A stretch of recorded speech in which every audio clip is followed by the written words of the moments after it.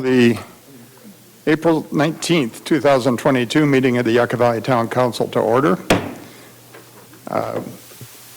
Closed session was scheduled, but it was canceled. That announcement was made earlier this afternoon. So may we have a roll call, please?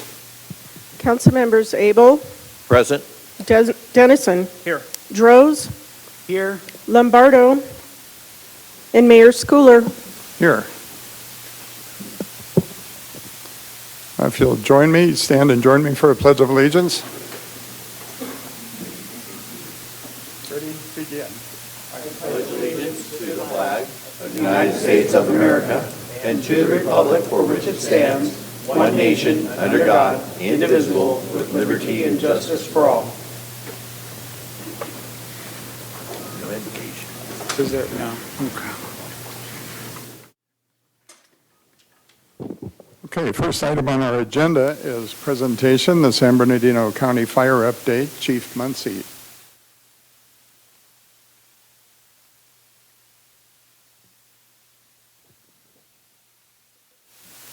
Good evening, Mr. Mayor and Council.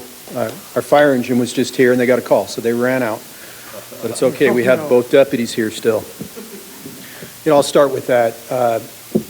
Sheriff Dykes has just been an amazing partner to County Fire, and every opportunity I have, I want to say that. When Sheriff McMahon left, I'll be honest, I was a little worried because he wore a pretty large set of boots. And Sheriff Dykes has just stepped in, and it's been seamless. I truly support not only our local support in the town that I live in, Yucca Valley, but across our county with the little things that the sheriffs do every single day to help us with public safety. For example, last week we had a fire in Oro Grande. Oro Grande's in between the kind of the Silver Lakes, Hellendale area and Victorville, and it was burning through the river bottom. Well, at nighttime, we expect our river bottom fires, which tend to be in riparian areas, wet areas, to kind of not burn as actively at night as they do during the day. That just didn't happen. The fuel's out there very, very dry, and the fire was burning very actively. That day, the Sheriff's Department came in with a couple of their larger helicopters, what we refer to as Type 2s. Most people would look at it and say that's a Huey. And then some of their smaller patrol ships, and they were dropping water on the fire. And I had an opportunity later that day to call Sheriff Dykes, and I said, Sheriff, thank you so much for your support. We can't do this without you. And then I said, how much are you going to charge me? And he said, you know, Chief, he goes, you put a paramedic on our air rescue every single day, and we're working in a coordinated manner. And that's what we do here in this county, and I couldn't be any prouder. So, Captain Niles, thank you for your local support. Seems like every couple of years I get to come and talk and give an update on the fire district, and sometimes I talk about some of the great innovations we have, and today I was going to talk a little bit about our funding. I did leave a fact sheet at the back of the room for the public that may be interested that explains a little bit of our funding, and specifically talks about our fire tax and how it's funding the district. So if we can go to the first slide, or I have a clicker. Thank you. San Bernardino County Fire is very unique. As you know, we're the largest county in the United States, and that makes us one of the largest fire districts, if not the largest fire district, at just over 19,000 square miles. But what most people don't realize is that about 78% of our area is federal land. And that makes a big difference in our jurisdiction. You know why? Federal land doesn't pay property tax. Neither does state land. So about 78% of our jurisdiction, there is no property tax coming into, yet we're still responsible to provide the all-risk services in those areas. The second thing that surprises people is that we're a California special district. We're not part of the county of San Bernardino. We're not a department of the county of San Bernardino like our sheriff's department. We're a fire district. And so there's a lot of confusion on how our funding works with the county and that we should be eligible for general fund. In actuality, we're not eligible to any general fund. The county does give us general fund, but it tends to be for contracts for service in the unfunded areas, the federal land, the state land, or an unincorporated county land. Finally, we're bound by fire protection law. And so some things that make perfect sense to us as citizens, what we would think was common sense, well, when you involve lawyers and codes and laws, and especially the fire protection law, what we think should be common sense isn't factual. In 2021, we responded to almost 140,000 calls for service, and that makes us one of the busiest fire departments in the nation. But we are more than just a fire district, more than just responding to fires. We are truly all risk. We're responding to medicals, we're responding to hazardous material releases, train crashes, rescues, aircraft, marine incidents, tactical, medical, and many other all-risk emergencies. I remember one of my first fire chiefs, a gentleman named Pat Denon, made a statement one day that really surprised me. He said, "You know, Dan, we're the only fire district in the United States that can send a strike team of snowcats out. And a strike team is 5. And I thought about it, and he said, "You know what's even more amazing is we're sending those snowcats out on a strike team. It's 118 degrees in some of our deserts, and we're fighting wildland fires." This district's very complex, and it's very large to manage, and I'm extremely grateful for this job. I did want to take a second and show you our budget. I don't know how Chief Tuttle got out of doing this presentation.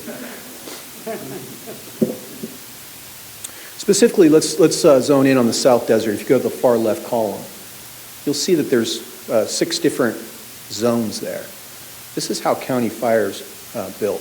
We have the Mountain Service Zone. It's as you would think. It's like Arrowhead, Big Bear, Crest Line, Running Springs.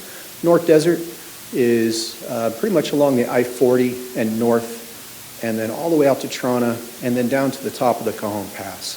The South Desert we know well is Morongo Basin, all the way out to Needles, anything south of the 40. Valley Service Zone is, as you would imagine it, San Bernardino, from basically Montclair all the way over to Mentone. Then we have our administrative, our special operations and medical service zone. That's our admin budget. Now, what's really interesting in these zones is the money that's raised in these zones must be spent in those zones. So I can't take Valley Service Zone money and spend it here in Yucca Valley. And I can't take South Desert, Yucca Valley money and spend it outside the zone. It has to be spent here. You'll see as we move over in the South Desert Zone that there's about $7.8 million in property taxes. There's about 220,000 fees or contracts or other revenues. That's primary from our ambulance transportation, which we try to run as much like a business and make that as fee neutral as we can. We don't make any money, but we're not losing any money on that enterprise. We do get $2 million in county general fund support, and this is for the unincorporated areas of the county that they provide in the service zone.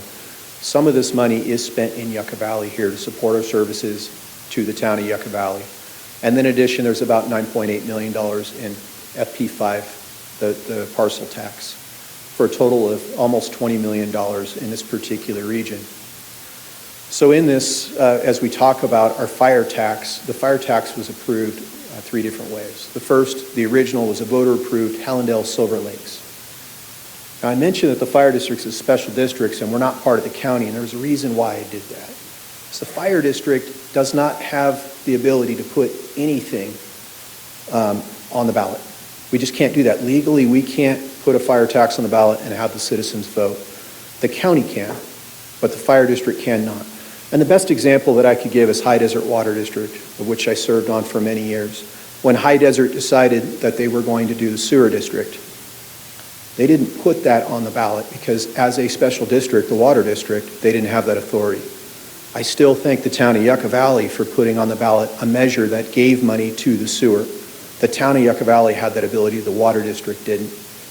What the water district did is follow the LAFCO protest vote process, because that's the only avenue to special districts.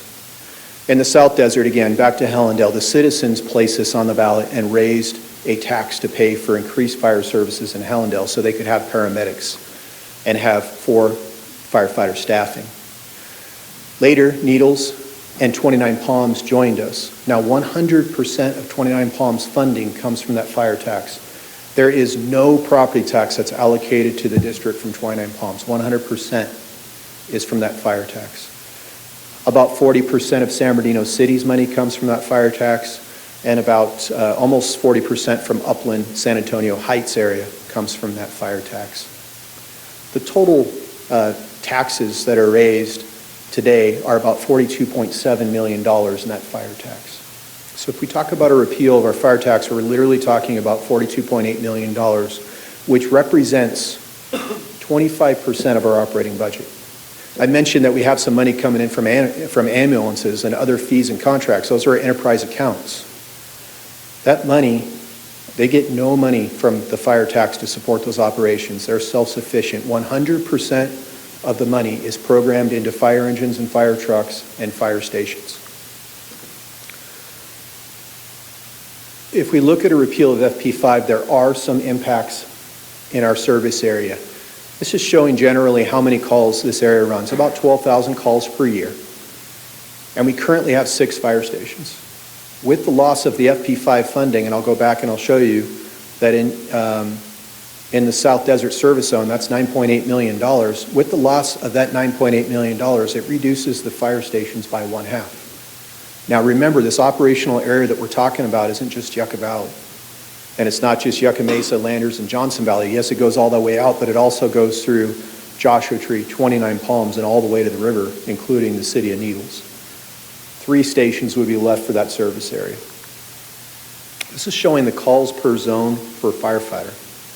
So in the South Desert, the current calls per firefighter is about 233 calls. Now remember, firefighters respond as teams. So they're responding to many more calls than 233 per year. That's just the average number. But the reason we threw this in is to show that our firefighters are fairly busy compared to some larger neighboring cities. So in Chino Valley, per firefighter is about 88 calls that they run per firefighter. Ontario, 145, and so forth. So if we were to close those 3 stations, suddenly the South Desert per firefighter is responding to 439 calls per firefighter. That is just not sustainable. There's no way that any firefighter or any fire crew can work that much, especially as you're adding longer response times. Unfortunately, with the repeal of the fire tax, there will have to be some reduction. I mentioned that about 25% of our budget is programmed into those, with that fire tax is programmed to our operations. So here in the South Desert Region Service Zone, our current staffing level is 51. That would be reduced by nearly 1/2, down to 27 personnel. This is our current staffing in the South Desert Division, which Chief Duddle does an excellent job leading. I'm blessed to have him up here as our fire chief, and he's great at presenting, as you can tell. Our fire station in Needles is served by 3 firefighters. We say 3-0. I'm not sure where we get those 3-0. It just means there's 3 firefighters there. Havasu 18 is staffed with 2 firefighters. Station 44 in 29 Palms is staffed with 3 firefighters. Station 36 is staffed with 3 firefighters. Station 41 staffed with 3 firefighters, plus 2 paramedic ambulances, each with 2 ambulance operators on there. So the total in downtown Yucca Valley is 7 personnel. The Station 42, Yucca Mesa, which also services a large portion of our town, is staffed with 3 firefighters and 1 medic ambulance for a total of 5 personnel. I'll go to here. This year we are going to increase staffing in the South Desert Service Zone. We're able to do that because of the fire tax and because property values are increasing. Now we're going to do this in a very conservative manner. And what we're going to do is create positions on the roster and then fill those positions with overtime. The reason why we're going to do that, why we're not going to create permanent positions, is because I'm not so certain on the economy right now. And we want to monitor the economy for a while and make sure that we're not hiring firefighters and going to have to lay them off.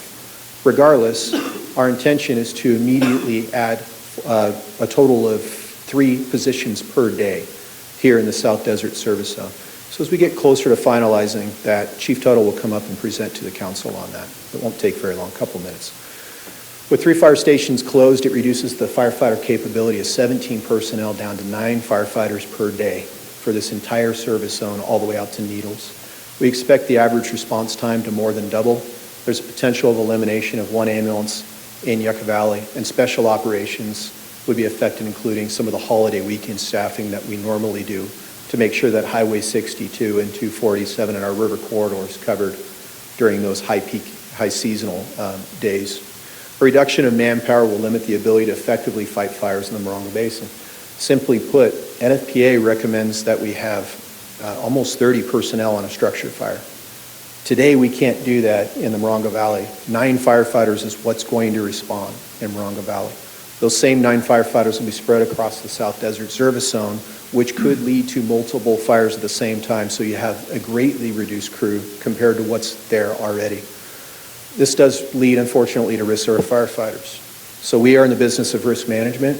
That may limit our capability of what we can and cannot do in an emergency incident.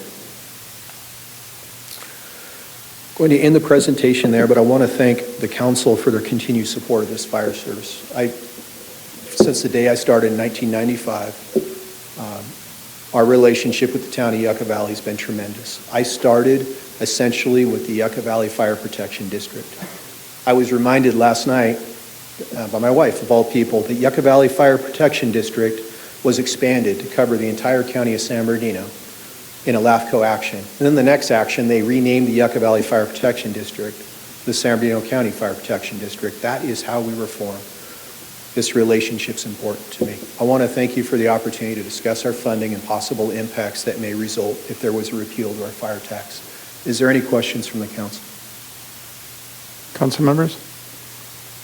I'd just like to say, Chief, thank you. Well said. I've followed the district for many years, and I really appreciate the all-risk services, as you mentioned, and what we use to provide that sense of well-being within our community. Without that, I think we wouldn't be able to do the things that we do and have the kind of environment that we have today without those services. Yourself, and as you mentioned, our public safety, the sheriff's office out there, all these teams, and you guys work together well. And it's something we don't really think too much about. You don't understand that these crews are out there at 3 in the morning mitigating the problems that need to be addressed. And they do it with discretion, they do it with safety in mind, and they do it quickly, and they're back in service. And I'd hate to see our crews get overworked in those numbers that you showed us by diminishing the workforce by 50%. So thank you for bringing that to our attention. Councilmember Droz? I just want to thank you for the presentation and for all you do. We really appreciate it. Yeah, thank you, Chief. I think it's really clear on how the funding is so necessary to keep our services at a safe level.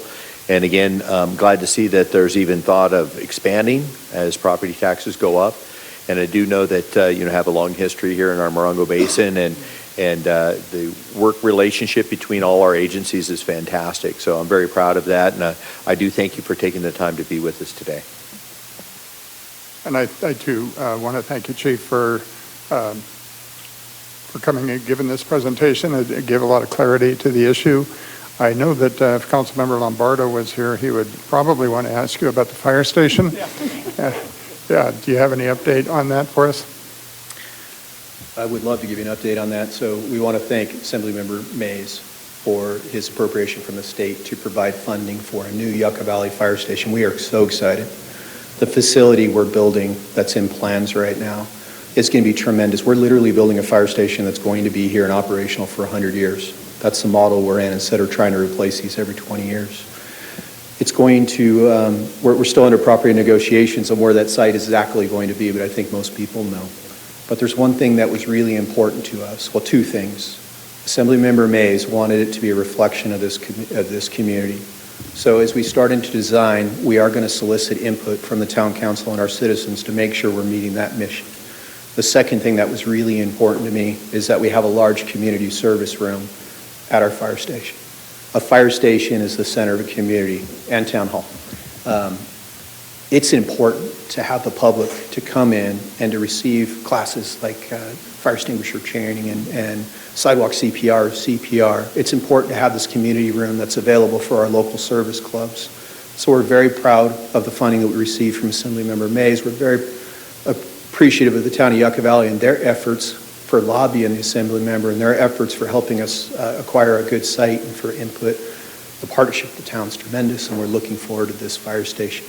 As soon as the land acquisition is completed, we'll be able to show you designs for the fire station. I know we'll want to come back and give a quick 5-minute presentation and probably a little bit longer side meeting to make sure we're getting your input, to make sure we are going to continue to be a reflection of our community.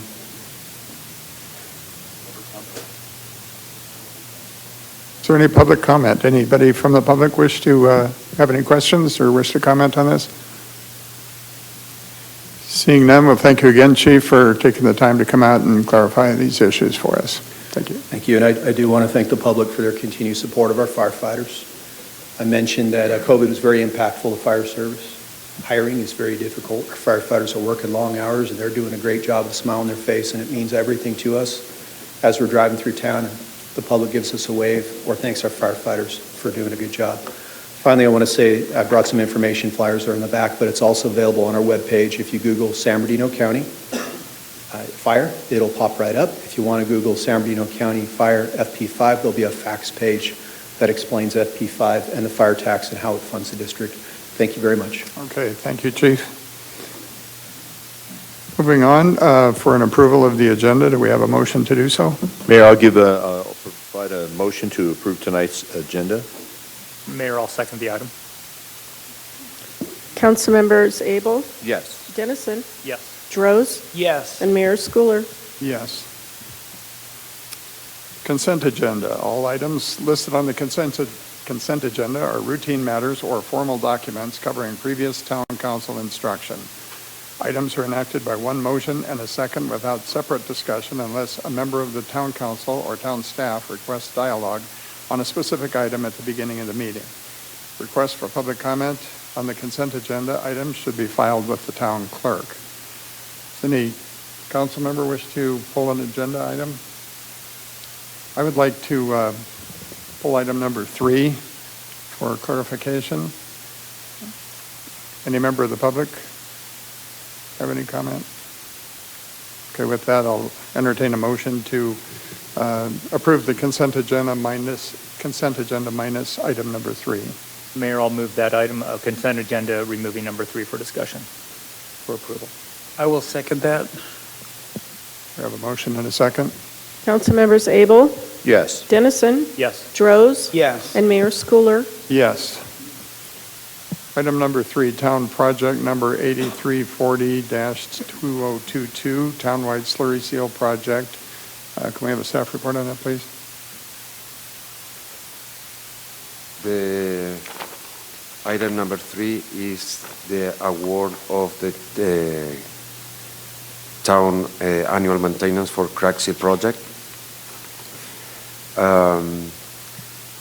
The recommendation is that the town council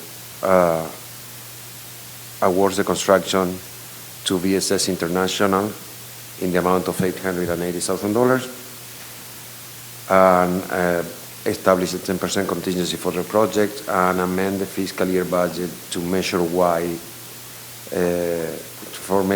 to fund the entire crack seal project. Is the continuation of the annual maintenance project. We start with crack seal, we continue with slurry seal after the school session. This year, the streets identified are major arterials and collectors, and also are residential and local streets. One of them, I have a presentation later on capital improvement, but to name one of them is Paxton from 247 to Balsa, Sunny Slope from 247 to Pioneer Town, Onaga from Sage to Valley Vista, Joshua Drive from Joshua Lane to Acoma, Warren Vista from State Route 62 to Pueblo Trail, Camino del Cielo from State Route 62 to Yucca Trail, Grand Avenue and Amador from Joshua Drive to Kismet Drive, and the residential area is the residential area that is west of Camino del Cielo that received a crack seal a few months ago. This will be 8.6 miles of road that we are providing treatment, crack seal treatment, and also we are doing a mastic for those cracks that were bigger than the standard cracks. And there were 5 proposals. The lower was BSS International for $880,000, and the higher one was American Asphalt South with $1.1 million. So the total project cost will be $1.1 million, and Measure Y fund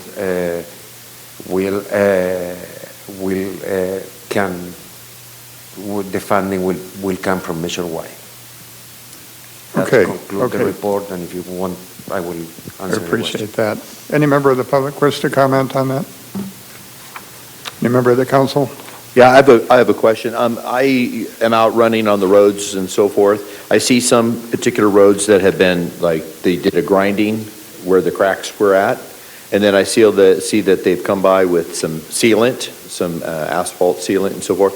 But I noticed that, like, a lot of times there's, like, ones that have been ground down but aren't sealed, like they missed them, and I didn't know if there was, like, a slurry coat coming on after the fact, or who goes out and inspects the job that was done?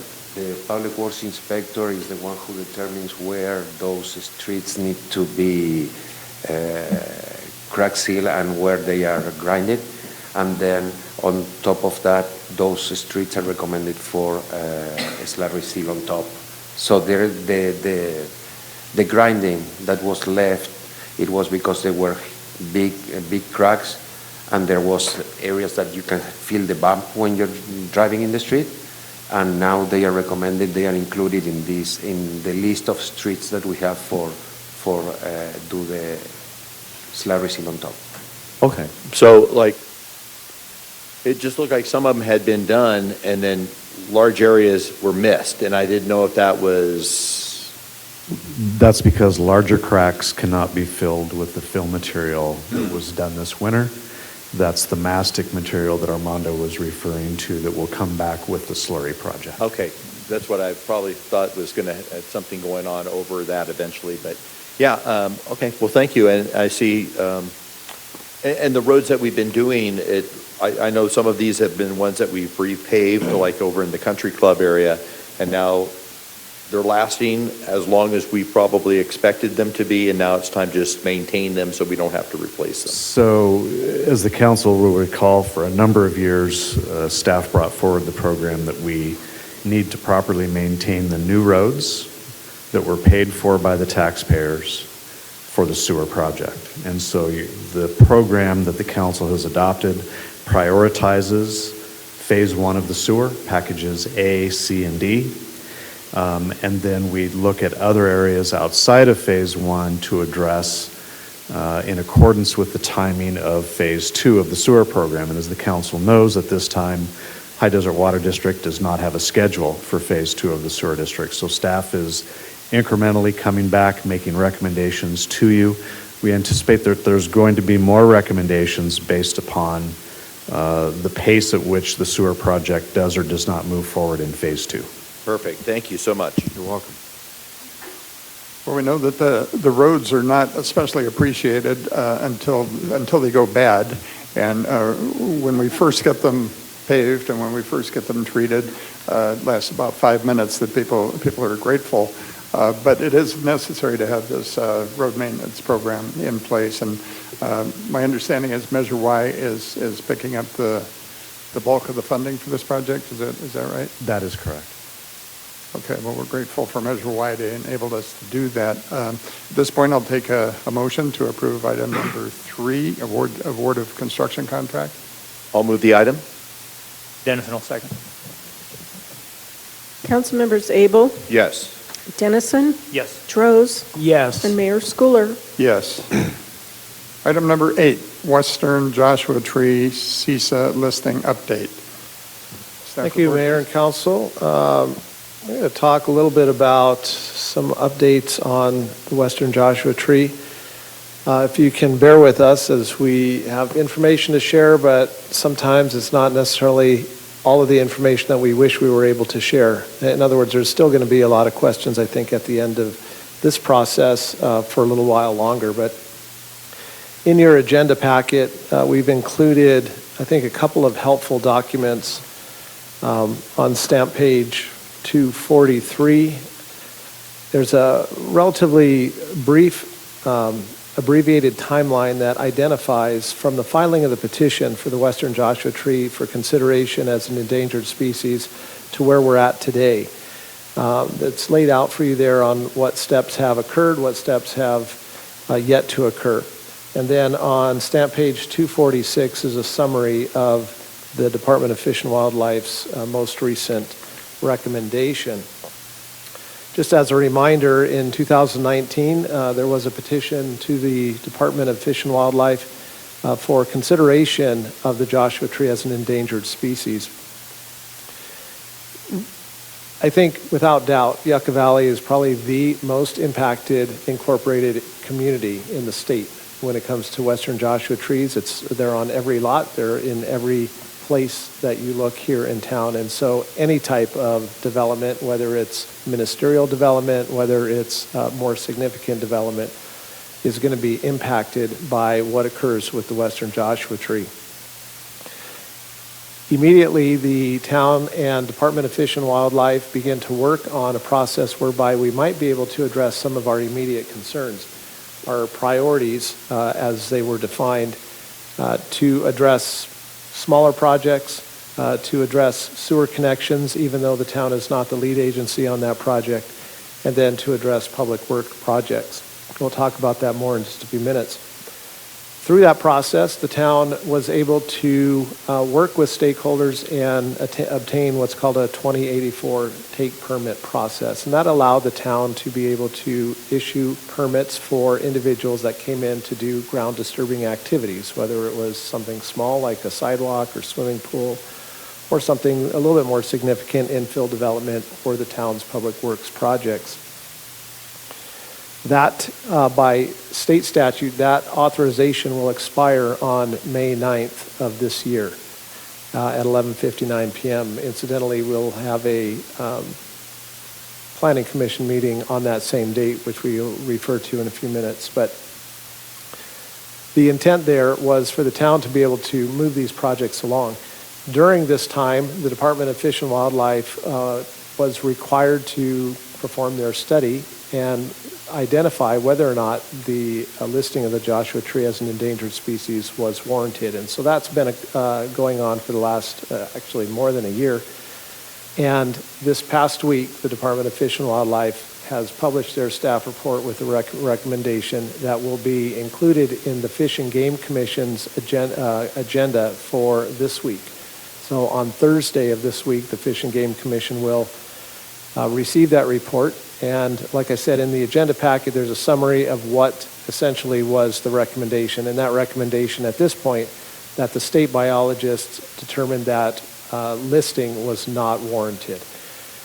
What occurs next is a number of procedural steps. So the Fish and Game Commission meeting is this Thursday. They are expected to have this item. They do have this item on their agenda, but it's not a discussion item. It's a receive and file on the consent agenda. It's our understanding that the commission will take no action and not have any discussions on the item at the April meeting. Rather, it will be scheduled for a discussion item at their upcoming meeting in June. They meet every 2 months.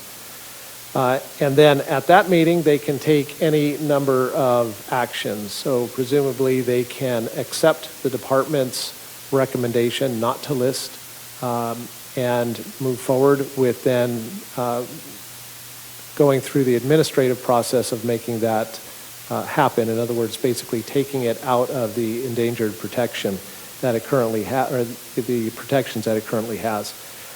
The commission can also decide to come to their own conclusion and reject the state biologist's recommendation that came from the Department of Fish and Wildlife, and they can rule to recommend listing as an endangered species. If they do that, they'll have to develop their own findings to support that action. That would take a couple of months moving forward. And then there's some middle ground where they may decide to get more information, not act on it, may discuss it, but need more information from their staff or ask for more information from the Department of Fish and Wildlife, what have you. So it can continue for a while. In the meantime, the town's permit authority under the 2084 expires on May 9th. And in fact, we have a time frame that Shane will discuss in a little bit about. We need our process right now that's required by the 2084 is implemented by a town ordinance. Remember that. That ordinance will also expire on May 9th. And so we need part of that process that the public needs to do when they come in is they have to have that action approved by the Planning Commission. So we need that time frame to work through that process. So even though we have permit authority through May 9th, our ability to take in applications is going to be even less than that. So at this point, there's a lot of unknowns, but what is known is our permit authority expires, and we'll need to begin to work on next steps for this community. We're not going to just sit back and do nothing. Similar to what we did with the 2084, we're hopeful that we're going to continue to reach out to stakeholders of all areas. So this is going to be Department of Fish and Wildlife staff, This is going to be our environmental, folks that have environmental interest. This is going to be our residents.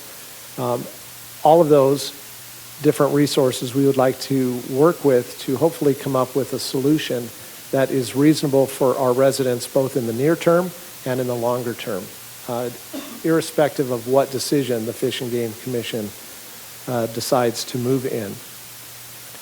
We're hopeful that through our experience with the 2084 process, we were able to get that done. And we were able to continue to be able to approve infill development, able to approve public works projects with conditions, as well as sewer connections, again, with the High Desert Water District as the lead agency for that effort.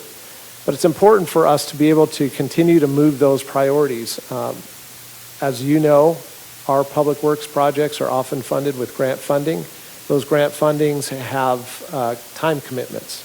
If we're unable to continue to move those projects forward, this community stands to lose grant funding, and we can't allow that to happen. We don't want that to happen. Similarly, for infill development for single-family homes, we have obligations that were identified for this community through the Regional Housing Needs Assessment.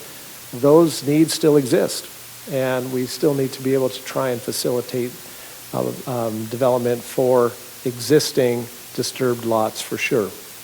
And then lastly, again, for the High Desert Water District's project, there's a competing state discharge prohibition that is existing, and here you have another potential impediment for residents being able to accommodate and come into compliance with that. So for all of those reasons, we want to establish and be active on behalf of our residents in providing a path forward.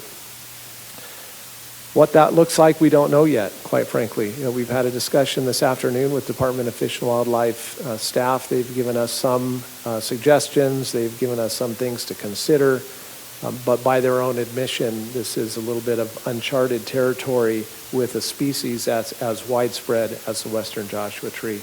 And likely it will be a little bit painful for the community as we go through this process. In the best case scenario, in June, the Fish and Wildlife or Fish and Game Commission determines an action one way or the other, and we know what that is. In the worst case scenario, it gets dragged out for quite some time.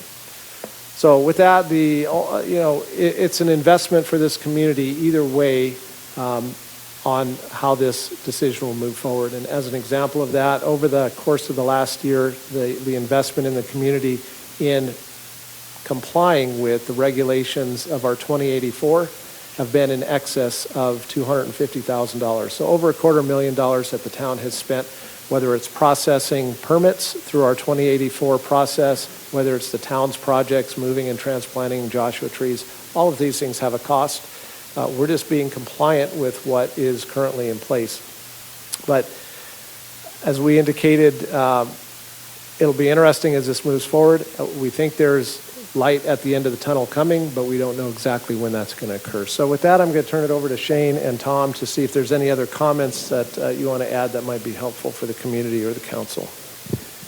Curtis mentioned briefly the timelines that we have to work within. So again, the authority expires on Monday, May 9th, 11:59 p.m. So we've moved the Planning Commission meeting from Tuesday, May 10th to a special meeting on May 9th to accommodate as many of those permits at the final stages of the town's authority under the 2084.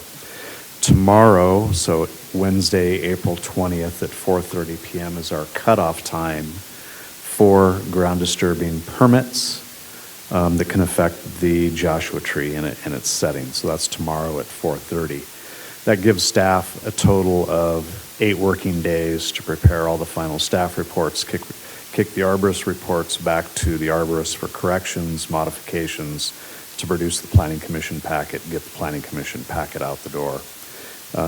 Only final thing, as Curtis said, there's going to be a number of people who are unaware of this, who are going to come into town offices 45 days from now, 60 days from now, for ground disturbing permits. They will not have heard of the Western Joshua tree protection that was put in place by the state. They will not have an understanding of why town staff cannot issue a permit. So there's going to be some frustrations There's going to be some unhappy individuals. We are going to try and educate and communicate as best we can to help the community work through this as the time period moves forward. Thank you, Curtis. Shane, I don't have anything additional to add. I thought that was a fantastic summary of the current state of affairs. So there's no action, Mayor and Council, on this item today. It's just a receive and file, but we did want to recognize that the recommendation from the Department of Fish and Wildlife staff has been presented, 751 pages if you're interested in the staff report, but there's a pretty doggone good summary there in your agenda packet. That's all of 1.5 pages. And let you know that we remain active with the department to the degree that they will work with us and try and find a path forward that, again, will allow us to at least move forward with the priority items that we have authority currently under our 2084. That's going to be our starting point. If we can add things to them either incrementally or later, we'll go in that route. But we do want to let the community know that we are trying to do everything that we can to keep the permit authority back to the town when we can. But again, effective basically at the end of this week, we'll no longer have that authority to issue ground disturbing activity. Thank you. Is there any member of the public that wishes to comment or ask a question on this item? Bring it back to council. Any council members? Anyone online? No? Councilmember Abel? Oh, thank you. Yes, first of all, can you tell me again how many take permits were issued to us under the 2084 program? 400? 450, apologize, 450 under the 2084, and we are still below 200 in terms of the number of takes that have been permitted. All right. Well, first of all, I'd like to thank Department of Fish and Game with trusting us with the permit authority and the opportunity to help our citizens navigate as well as protect the Joshua Tree. And it's also very pleasing to hear that they gave us up to 450 take permits, but we're less than 200 as of today, which is really good news that the Joshua trees haven't been taken out in a large number, and we were well under that. Can you explain again infill projects? I know infill projects are parcels or properties that are within an established neighborhood. Is that correct? So the 2084 approved by the Fish and Game Commission authorized the town to issue a maximum of 10 take permits. Therefore, the transplanting or the destruction of 10 Joshua trees for infill single-family residential development. So that is the construction of a single-family home or accessory structures on an existing lot of record. So the town had no permit authority for commercial, multifamily, industrial, or for any form of subdivision. So infill is the construction of something on a lot or a parcel that exists today. Yeah, and I know a lot of builders in the community and so forth, and a lot of the character and a lot of the desire of people building a home or moving to the area is to have a home with Joshua trees on the property, with all the beautiful desert fauna that we have.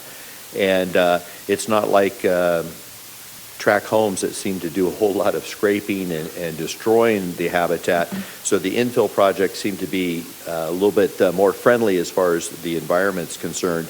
Again, I think you had mentioned this, but what we really want to make sure and do is if it falls off of the endangered species, that we want to be able to come forward with some ideas that would still protect the Joshua tree as well as being sensitive to the desert environment.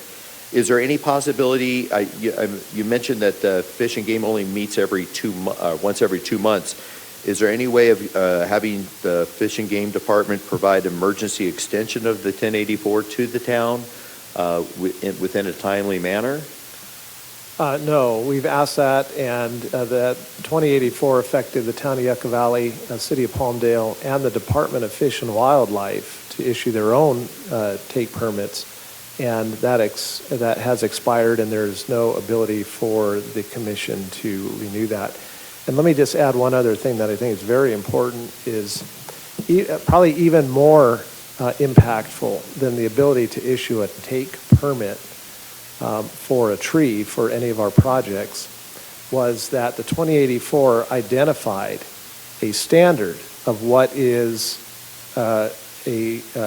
what is an affecting, or basically an impacting activity. So our definition in the 2084 was identified, our standard was identified as 10 feet. When our 2084 expires, that standard is gone. There is no standard that is currently identified. So that is really the crux of our inability. Of course, if somebody wants to build on the infill development and they need to move a tree, definitely they're going to have to work through that process directly with the Department of Fish and Wildlife. But probably the more frustrating part for the local resident is if they have a project and they don't need to take a tree, we still may not have the ability to issue a building permit because we don't know what the standard is for what is a ground disturbing activity. And that's really the frustration part. And so that's where we're working with the Department of Fish and Wildlife to maybe have an avenue or a path forward. We don't know what that looks like yet. The department gave us some thoughts, but then they kind of walked them back. And so they're in a very precarious position as well. And so we understand that. We understand how that's going to be frustrating for the resident.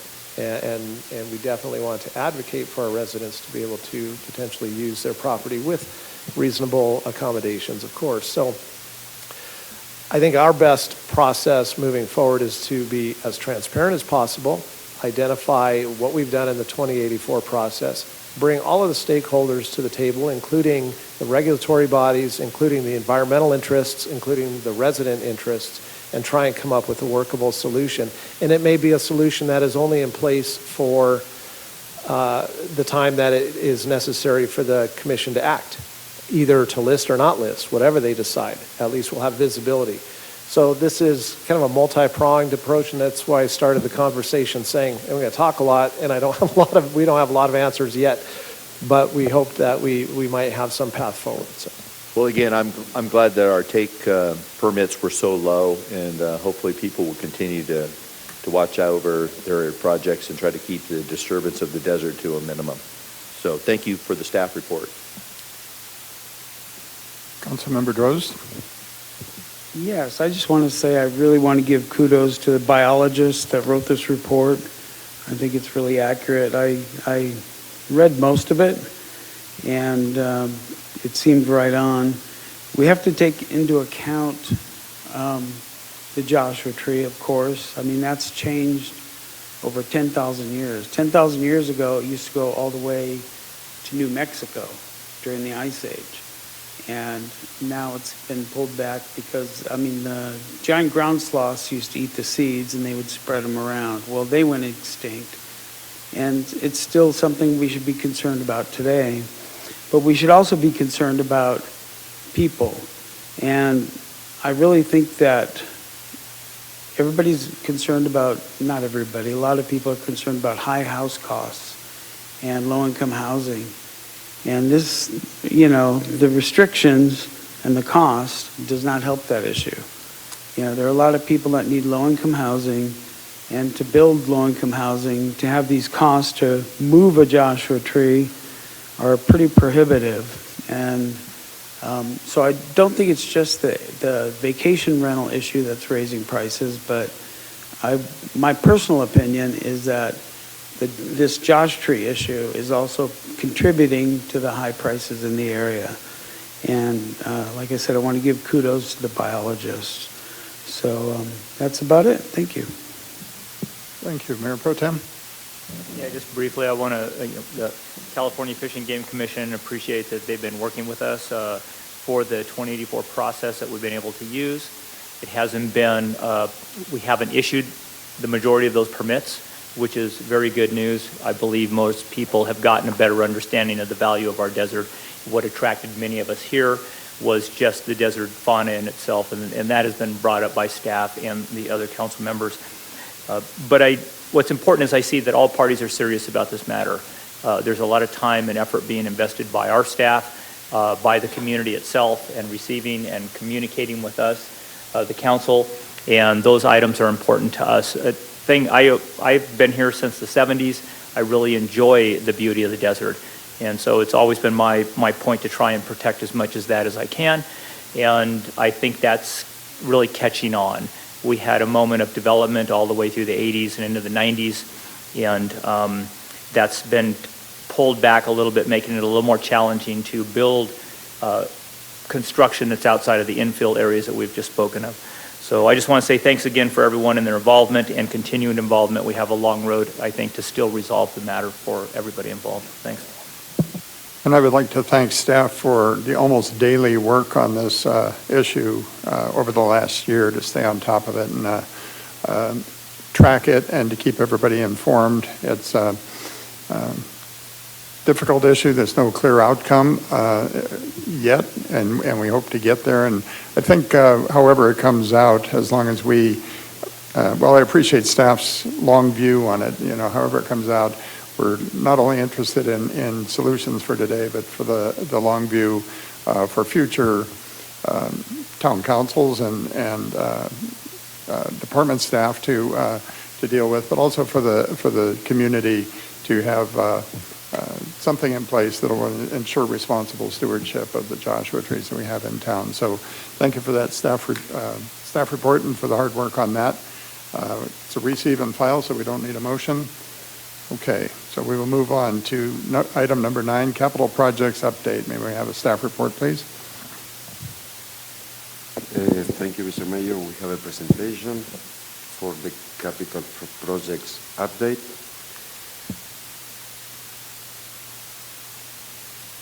The recommendation is that the Town Council receives and files the capital projects update. Some of these projects are well known by or are in the town since a long time ago. We have Little League pedestrian improvements. The project consists in constructing improvements such as sidewalk on the south side of Little League, handicap ramps and bike route signs, in addition to crosswalks for safe roadway crossing. A cul-de-sac is proposed approximately 450 feet east of Palm Avenue. The project is designed almost completed 100%. We are expecting to receive the program supplemental agreement from Caltrans by May 22, the next month, and authorization, we are scheduling the authorization to be between June or July of 2022. The estimated construction cost is $791,000, and the project will be funded with active transportation program, it's state funds, that's a grant, and then with SB1 and Measure Y. Onaga Trail is the construction of sidewalk, curb gutter, handicap ramps, and driveway approaches on the north and south side of Onaga Trail between Acoma and Sage Avenue. The design is complete, and also we received last week the program supplemental agreement, so you will have it in the next town council meeting, and we are looking for authorization to bid after this agreement is signed in June or July of 2022. The cost for this project is $2,061,000, and the funding is active transportation program, that is a state fund, $720,000, and then 3 funds that are in the special revenue budget, SB1 in $175,000, Measure I $744,000, and capital project reserve for $418,000. Then we have the local road safety plan. This project was awarded a year ago, and it's almost complete. They have the advisory committee meeting last month, so they are waiting for the comments on the advisory committee meeting, and we are scheduling to be in front of the Planning Commission by May of 2022, and potentially, if the Planning Commission has any comments, then we'll be in front of the Town Council by June 2022. Adopting this one will allow the town to apply for HSIP, Highway Safety Improvement Programs. It's a condition that all the HSIP programs, projects, or funding will have to get funded. The Aquatic and Recreation Center, while it's in the design and development, the phase is the design and the construction of an aquatic and recreation center facility at the corner of Little League and Palm Avenue. The project phase, we are in the design development phase. CEQA, we have project manager and project management services and architectural and engineering design services were awarded in January 2022. The design will be completed, is estimated to be completed by the end of the fiscal year by the end of December, so in the fiscal year 22-23, and the construction need to be completed by May 2024. The funding is Proposition 68, Parks and Bond Grant, Fund 572, and is in the total of $20,350,000. Mayor and Council, just going back to that slide for a second. I think on our calendar right now, we have a return date in June. I think your second meeting in June, we'll be back to the council with what's called Schematic Design. There'll be a pretty graphic illustration of what we've come up with that will then move into design documents and final design. So pretty excited about that. Some of the graphics and illustrations that we've been reviewing at a staff level as a team are exciting, really neat to see, and I think the community will be super excited when they see what we have coming. The next project is North Park, and it's the construction of a new parking lot, restroom, and a trail for North Park. The parking lot would allow for foot traffic via a new trail to the existing North Park trailhead. The project phase, the project have just started construction, and the construction is scheduled to be completed by May-June 2022. The total project cost is $640,000 and is funded with CDBG Fund, Community Development Block Grant Fund, and Measure Y in the amount of $189,000.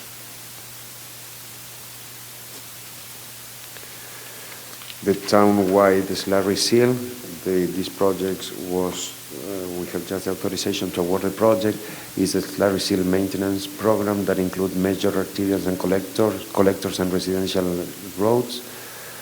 The town-wide slurry seal project will treat approximately 8.6 miles of street within the town of Yucca Valley, broken like major arterial and collectors 3.6 miles, and residential and local streets almost 5 miles. The project, the project phase, we have, Town Council have just awarded the construction, and the construction will be done during June and July after the school season. The project is totally funded with Measure Y, and these are the major arterial and collectors. You can see it in red, and the residential areas you can see it in blue, and Sunny Slope, Paxton, Joshua Drive, and all the other streets are listed in the document. The Senior Center kitchen improvement. This project includes the repair and maintenance and upgrades of the Senior Center facilities food program to provide food in a safe and sanitary manner to prevent the spread of COVID-19. The project is under construction. The construction started in February of this year, and the construction is to be completed in May, June 2022. The estimated cost is $371, and it was funded with CDBG COVID funds with $190,000, and with the capital project reserve $191,000.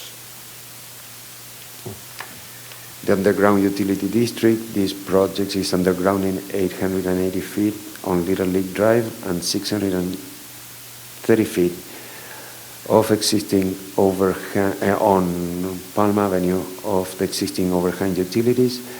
The project phase, Southern California Edison has this project under design, and the design is estimated to be completed by September, October of 2022, and the project will be funded with Rule 28. There is an allocation balance that is for the design and construction of $1.8 million. The Old Town Square gathering area, the project phase is in the conceptual design. The town contracted RHA landscape architects to prepare conceptual plans for the Old Town Public Square, and the project funding is the general fund in the amount of $100,000. State Route 62 Parkway Enhancement, the project is also in the conceptual design, and the town has just engaged with Herman Design Group to prepare conceptual plans for the State Route 62 Parkway Enhancement project. Again, the project funding is the general fund and is in the amount of $100,000. The Senior Center Modernization is under conceptual design. The town contracted with the whole architects to prepare conceptual plans for the Senior Center Modernization. Again, with the general fund is gonna be the funding for this project, and it's gonna be in the amount of $100,000. And the Town Hall Consolidation Project is the redesign of the former library to provide additional space to different town activities, to provide a one-stop for all the residents. The project facing authorization for architectural engineer design was done in May of 2021. The design is estimated between 9 to 12 months, and the construction is also estimated between 9 to 12 months. And the project is funded with the Capital Project Reserve Fund in the amount of $150,000 as of today. That concludes the presentation, and the recommendation is that the Town Council receive and file capital projects update, and I will like to answer any question following public comments. Mayor and Council, if I might, just a couple of additional comments on the presentation that Armando gave. I think through many of the projects, you saw funding contribution for Measure Y. So we just want to always highlight that, let the community know how grateful we are for the ability to move some of these projects forward. If it weren't for that funding, they may not be moving forward as quickly. And then on a couple of those, you saw placeholder budgets of $100,000 or $150,000. That's not the project budget, right? So this is just to get the concept moving forward, of which then you have a lot of steps before you get to going out and going out to bid and getting a real budget on what that might look like. As an example, one of the projects that we went over was the community development block grant funding through coronavirus funding for our senior center kitchen rehabilitation, which is nearing completion. We're getting there. Initially, we thought, well, $100,000, and then the county came back with another $90,000 of coronavirus. We had $190,000 for a kitchen, and we're like, man, we can get that kitchen done. We can get this kitchen done. We're going to be in great shape. You saw that the project budget before you this evening was double the $190,000 by the time you begin to tear out old buildings and you see what kind of damage, what kind of ancillary work needs to be done that's unexpected. Anytime you get into an old building like the ones that we've inherited from the county, that's going to happen. And so just a note that all of these projects, we're super excited to get them moving forward. As they get developed, the community and the council will have many more opportunities for review as we move them. Okay, thank you. Does any member of the public have any comment on this item? Anyone online? No? Bring it back to council. Mayor Pro Tem? Oh, yeah, thank you, Mayor. Yeah, I want to thank staff for giving me a tour of the senior center and the project that's going on over there. Quite a lot of work. It's really going to be a great facility. The upgrade to that facility for the food programming and the other events that take place there is amazing. But Curtis was absolutely right. When you start these projects with a lot of ambition and thinking that the funding wouldn't take that much, it took a lot, but it's done the right way. I'll have to say that these projects are not cheap. So but also when we had the proposal looking at the Elk project on the highway, there were a lot of changes that were considered by council, brought forward. Do we have a timeline when that may be reintroduced? So staff is going to be meeting with the landscape architect in the next couple weeks. We're going to kick around the council's direction and start working on those alternative layouts, and then we'll be coming back to the council. All right, thank you for that. Yeah, an exciting project for us. Thanks. I have one question. Little League Drive, is the construction on that going to be in off-season from when soccer and Little League are in full swing? So we would anticipate having award of bid in front of the council sometime around August or September of this year. So the construction would be during the fall months? Okay. Yes, sir. All of them exciting projects that really, I don't know. Those are just fun. They kind of get you going to think about those, and it's great that we are able to do those at this point. So again, that's a receive and file item. Is it not? Okay. Then we move on to future agenda items. Any member of the council have any future agenda items for us? No, not tonight. Okay, public comments. The town council takes this time to consider your comments on items of concern which are not on the printed agenda. When you are called to speak, please state your name and community of residence. Please limit your comments to 3 minutes or less. Inappropriate behavior which disrupts, disturbs, or otherwise impedes the orderly conduct of the meeting will result in forfeiture of your public comment privileges. A reminder that the town council is prohibited by state law from taking action or even discussing items not on the printed agenda. Do we have any requests for public comment? Thank you, Mayor. Yes, we have a few requests to speak this evening. First is Sandy Smith, followed by Roger Thomas. Hello, how are you? I just came today to introduce myself and introduce myself in this role. I'm Sandy Smith. I'm here with my partner, Roger Thomas. We've recently put in an application for a business license and a conditional use permit to open a certified farmers market here in Yucca Valley. So we're pretty excited about that. Hopefully you know a little bit about a certified farmers market. It's a pretty magical place. It's definitely a community place. It's a gathering place. It's somewhere that's not only for your community for the fresh produce, our farmers, our local San Bernardino Riverside farmers, our beehives come from Landers. I mean, it's local, but it's also that gathering place for communities. Our farmers markets have the Bloodmobile there once a quarter. Copper Mountain College is there once a quarter promoting the college. We do things for kids. Caltech comes up to our farmers market once a month. They bring their rural science or rural STEM program to the farmers market, and they do a Ask a Scientist booth, and that's for the kids to interact and learn about STEM and learn some opportunities from Caltech.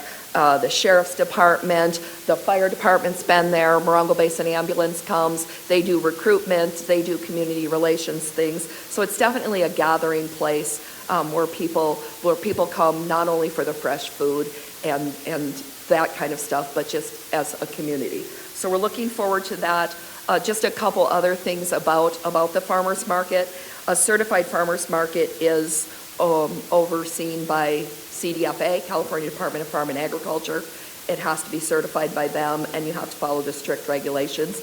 Actually a certified producer, so I'm the farmer in the farmer's market, which is kind of cool, and I bet you guys didn't know that. But it's also permitted by the health department, so there has to be a temporary food facilities for the health department. So a lot of regulations and a lot of requirements and a lot of inspections on a regular basis. So I just look forward to that, to working with the planning department, trying to get this started, to get this a community place and something better.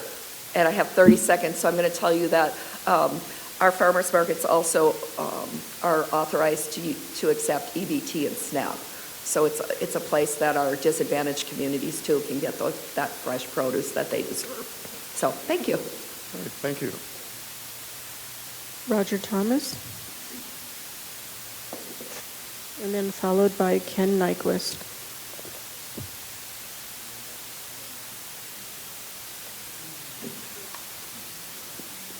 Good afternoon, Council and Mr. Mayor. My name is Roger Thomas. I live in 29 Palms. However, I consider the whole Morongo Basin one community because we all affect each other. I've done and worked farmers markets since 1997. I have many family members that do the same thing. We have been approaching Yucca Valley for many years. However, this year we got a little more specific and into it. And we originally went to Planning Commission and they said we had to acquire all permits before they would look at it. So we went to California Department of Farm and Agriculture. We went to the San Bernardino Environmental Health Services and to our insurance company where we paid and received and were approved and given certificates to open a certified farmers market right here in the town of Yucca Valley at the location of High Desert Star on the highway. And at that time I received notice. Before we did all that, I asked planning if there were any restrictions for a farmer's market being a specific distance from the highway. And my answer was no, that only swap meets and pop-ups, or certain pop-ups had requirements from the highway and farmers markets were not included in that. So we went, we did all the permits, we got everything, and then we received notice, we received a letter saying documents the site plan at least, one accessible restroom, which was on our plans, we do have that. Another one was we cannot use the furthest north parking spaces, and they wanted a copy of our health permit, which we had, but we reissued all that. And then we received a letter saying a public market in which farmers markets, other vendors sell produce directly to consumers. Farmers markets include certified farmers markets, see definition for certified farmers markets. Produce at farmers markets may include produce purchased from wholesalers and retailers. Farmers markets shall be composed at a minimum of 80% business activity of fresh produce, artisans, cheese, hand-harvested honey, flowers, and other fresh small batch foodstuffs. The remaining 20% business activity farmers may be composed of sale of art, handcrafts, and other handmade goods. And then late yesterday evening, we received an email stating that you had to be 400 feet from the highway or the 247, which will eliminate any potential possibility for a farmer's market on Highway 62 or the 247. So I would like to ask the council to bring to the agenda and maybe adopt a new plan that they go by what the farmers or what the CDFA does for rules and regulations instead of having the town make new ones, and to review possibly bringing a farmer's market here, even if right here behind this building, which would also be a good location until the new location, when you get everything paved in restrooms, that would be great. Thank you guys very much for hearing me. Thank you.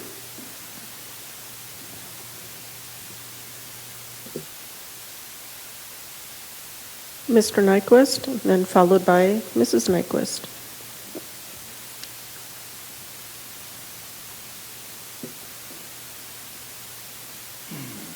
Mr. Mayor, council members.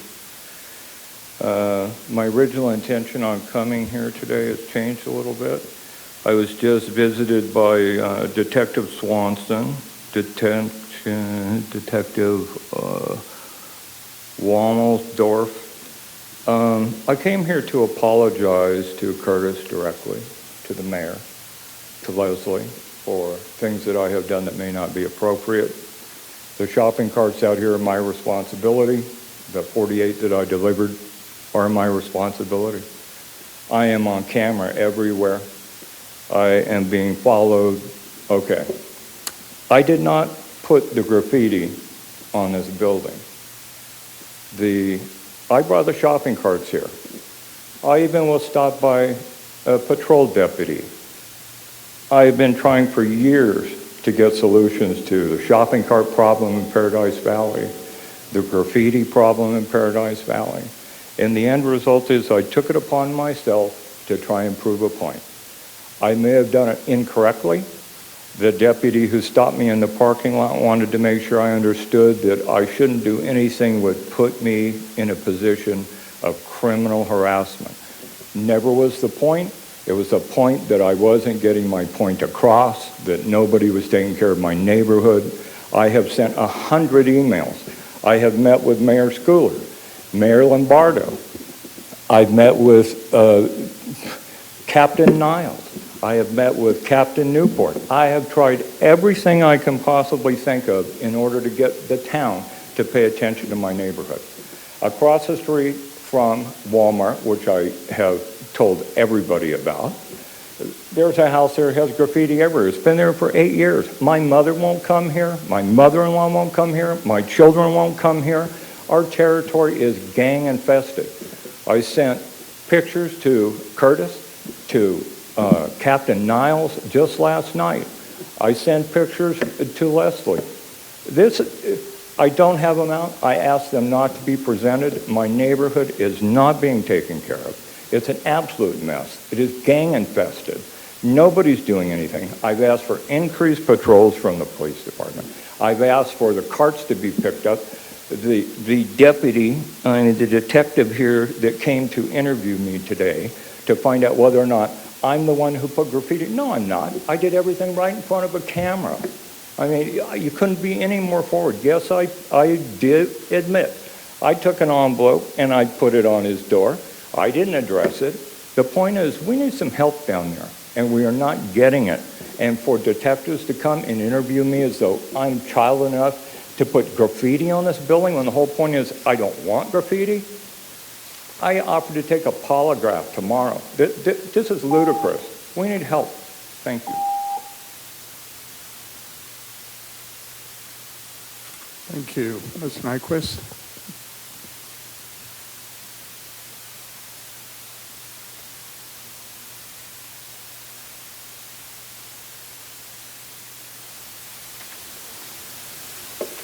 Hello. I'm sitting there and I kind of was realizing I'm at the wrong meeting. There's a lot of things that are, I'm realizing that the county needs to be talked to or addressed. And I apologize because I can't see any of you right now. I don't know where to start except for just what I wrote down. I grew up on Army forts. And I always had to live next to the provost marshal because of what my father did. So it's very strange living in a town that basically, I want to say, is a free-for-all. The things I've seen are they're very casual. But I've lived also in Orange County where code enforcement kind of reigned. You couldn't really do anything, and garage sales were permitted twice a year. That's it, on one weekend, twice a year. So seeing the different pop-up things along the road are, I don't know, it's just a new world to me. And my career was in recruitment and retention for a beach city. And I did the post test. I did all the proctoring for the written test. So I realized that I tend to get aggressive at times.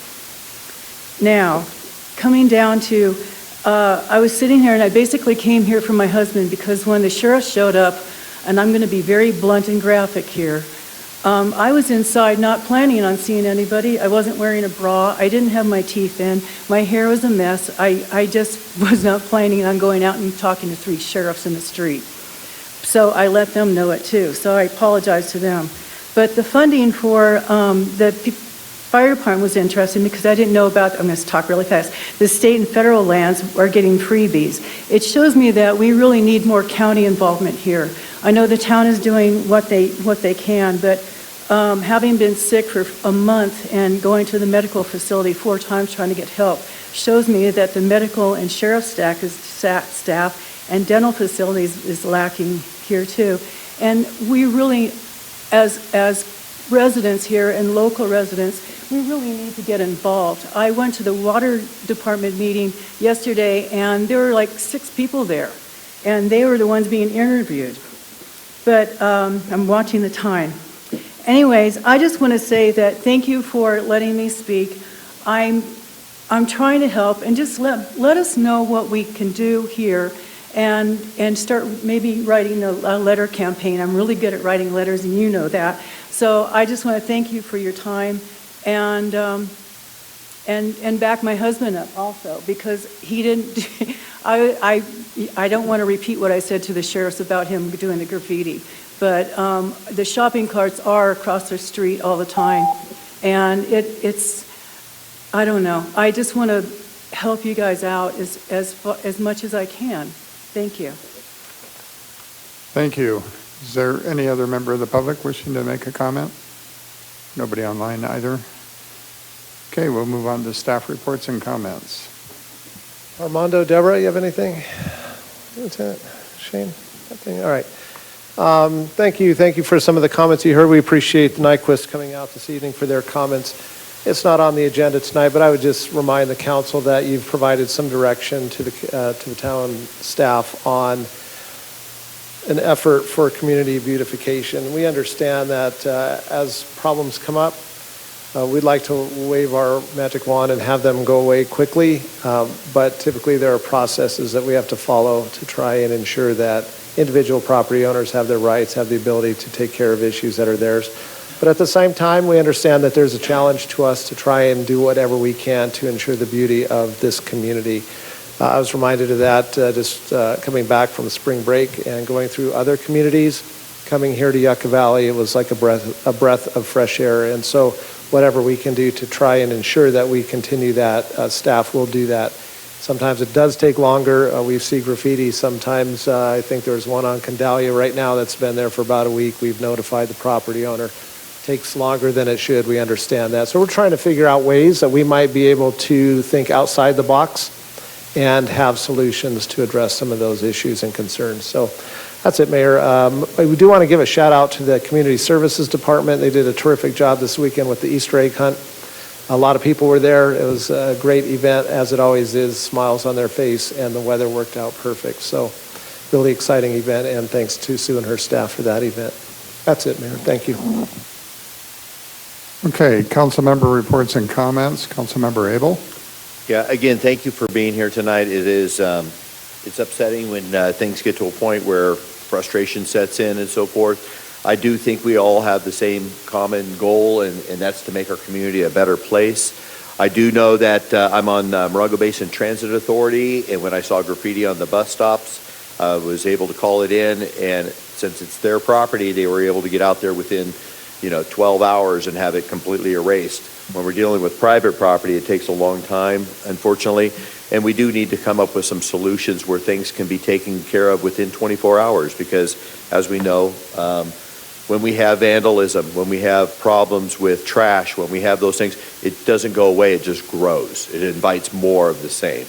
And so we don't want that, and again, I'm glad town staff remembers or stated that we were all on that same page of wanting to deal with those types of issues and make this town a pleasant place. We've made some investments in other parks and other community areas that have been neglected for a number of years. And shortly after that installation, we ended up with a graffiti problem and vandalism there that had to be addressed. But doesn't mean that we're going to not continue to move forward and invest in our community. Again, thank you, staff, for the reports and so forth. Appreciate that. I do like the idea of more and more gathering places. It's quality of life. We live up here. It's a beautiful atmosphere. You get to know your neighbors when you go to an event, whether it's a holiday bazaar, whether it's a farmer's market, a concert in the park, whether it's the dog park or whatever it might be. More gathering places, the more sense of pride, the more sense of community, and it's a very healing and nurturing thing. So anything we can do to help promote places of gathering, I'm all for. I think it's really, really important. Infrastructure has to be taken care of. It's just amazing the dollar amounts for 8 miles of ceiling cracks and how much that costs. It's like $1 million here, $1 million there. It's just mind-boggling. And it just takes so much to maintain what we have, and so that we have to be aware anything we build, swim centers, new parks, things like that, we have to figure out how we're going to maintain those because they all need maintenance, they all need to be taken care of. Again, thank you, staff, for the wonderful presentations.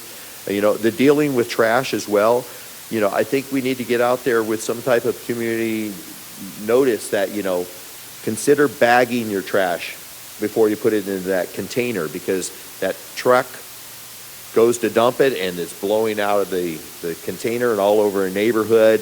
If you bag the trash, it's going to stay in that bag and at least have a better chance of making it to the landfill and so forth. So there's a lot of things we need to do, and we can only do that when we get feedback from our citizens of what are the real issues. So again, thank you for everyone being here tonight, and look forward to our next meeting. Thank you, Mayor. Councilmember Droz. I just want to say I'm so happy we have public input tonight. Sometimes we have a lot, sometimes a little, and it's nice to see concerned citizens like the Nyquists, and so we really appreciate that. And I do want to talk about the farmers market a little bit. I know we've talked about that for a long time, how nice it would be for Yucca Valley to have a farmers market. So I really hope that works out. And the 80% of farmers market, which would be produce or whatever, food, and then 20% of other stuff. I kind of wonder, like when you have a blood drive or the sheriff there or the fire department, does that count towards the other 20%, or is that in a different category? Because it mentioned vendors. So just something to think about. I don't need an answer right now, but 80% of food and 20% of sellable items. But where does the sheriff fall and the bloodmobile and stuff like that? Is that part of the 20%, or is that just totally separate? But I think a farmer's market's a great idea. We've been talking about it for a long time.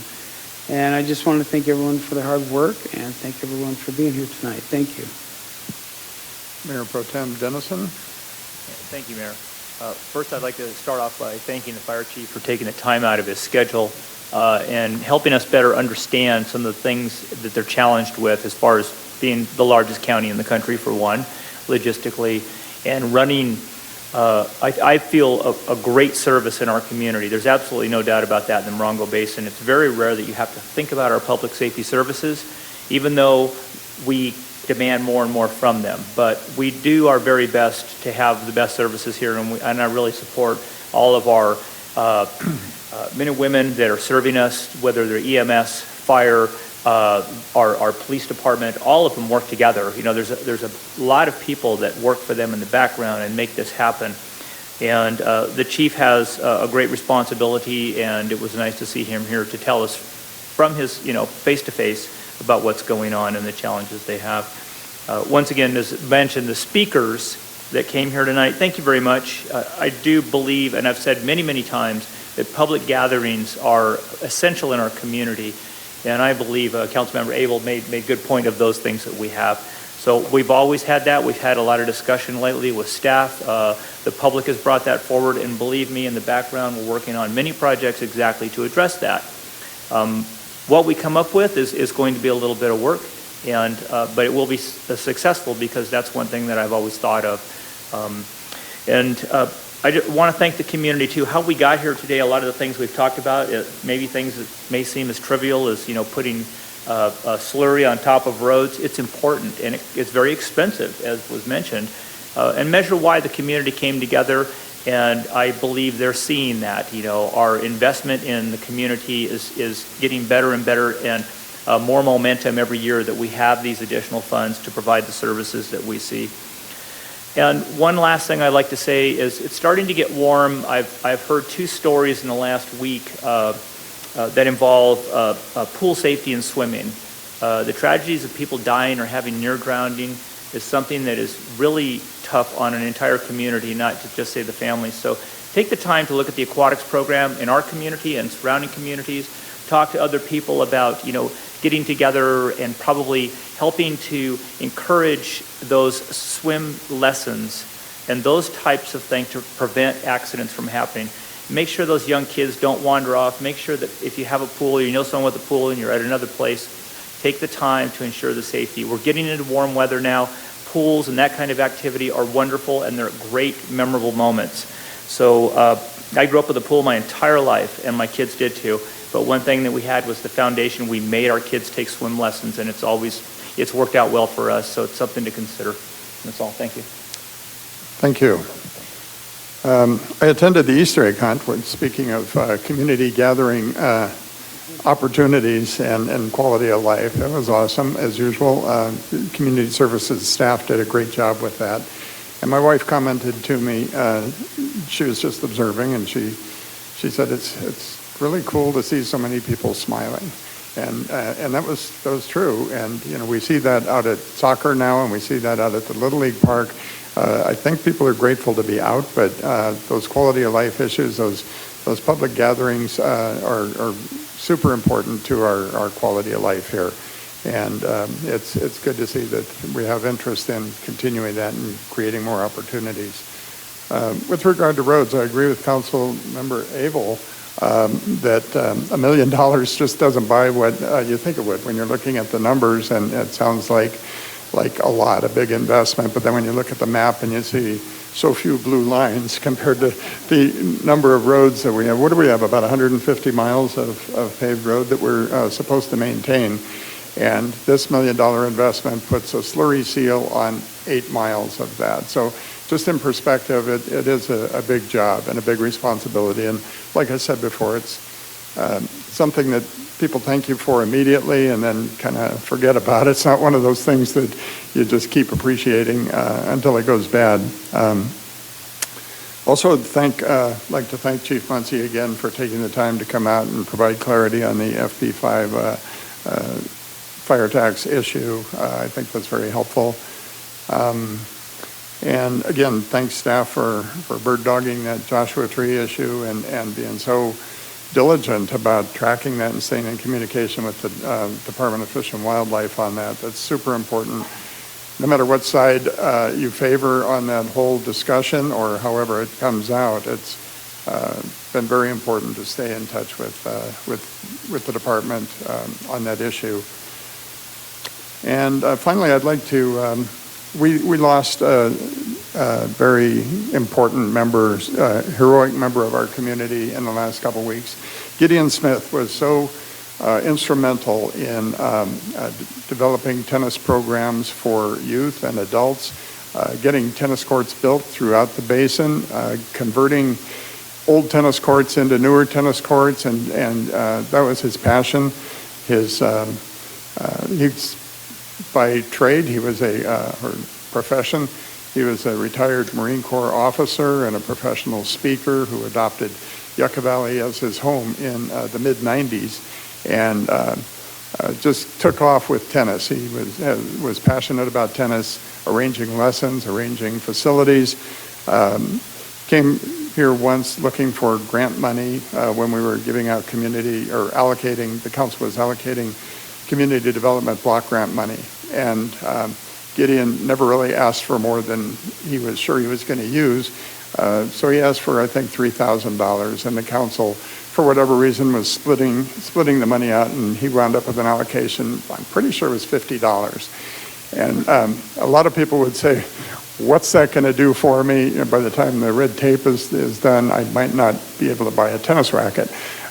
But Gideon came to the microphone and he thanked the town council in his humble, unassuming way, and genuine and sincere, and just kind of on the bet that maybe next year it would be better. And that was just how he was. He was just so gentle and unassuming, just a real hero. He touched a lot of lives in this community. So I really appreciate my opportunity to relate to him. He took Yucca Valley tennis to national levels.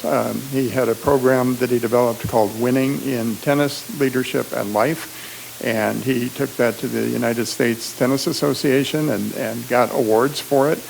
And he implemented the program here and down at the Indian Wells Tennis Garden. I was down there once when he was pushing the program, promoting it down there. So he was passionate, put Yucca Valley on the map in some areas that we never would have been otherwise. So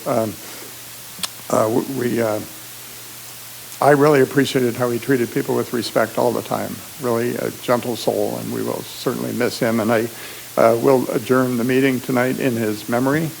But first, I'll announce that the next regular meeting of the Yucca Valley Town Council will be held on Tuesday, May 3rd, 2022 at 6 p.m. in the Yucca Valley Community Center Yucca Room. And with that, I will adjourn the meeting in the memory of Gideon Smith.